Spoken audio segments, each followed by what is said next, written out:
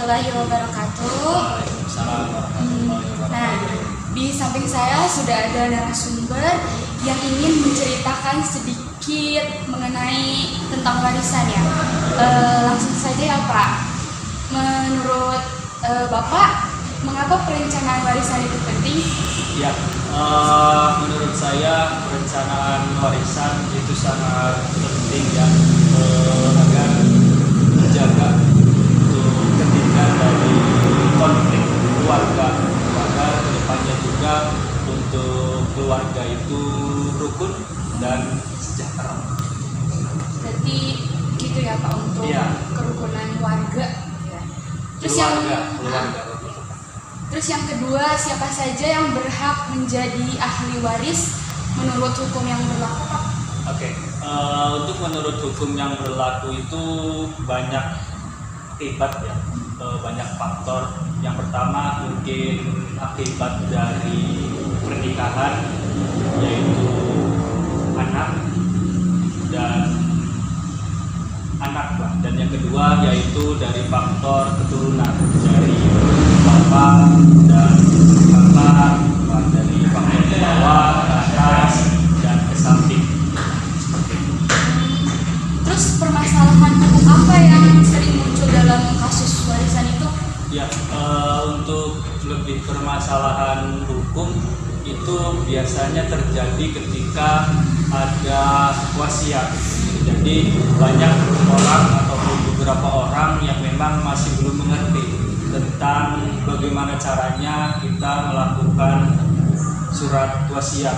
Kayak misalkan harus ada saksi, harus siapa yang menjadi pewaris, dan surat wasiat itu ditujukan kepada siapa. Nah, itu biasanya masih sering dipermasalahkan secara hukum.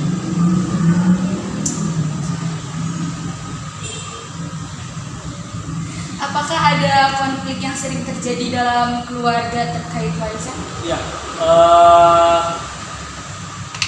cukup banyak ya untuk permasalahan konflik yang biasanya sering terjadi di pembagian warisan. Kayak contohnya tidak meratanya pembagian waris, yang mana ketika salah satu contoh anak laki-laki yang harusnya mendapatkan warisan yang banyak malah lebih sedikit, maka itu juga terjadi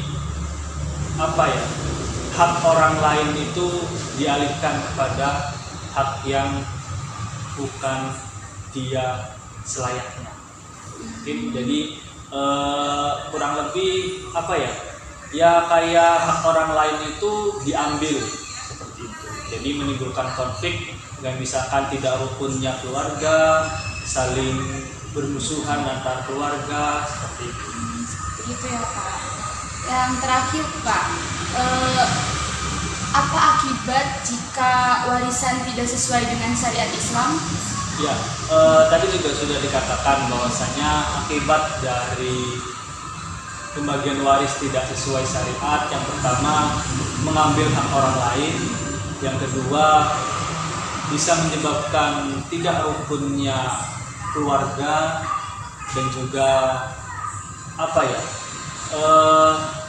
zolim lah kepada orang yang berhak mendapatkan waris, malah dia tidak mendapatkannya.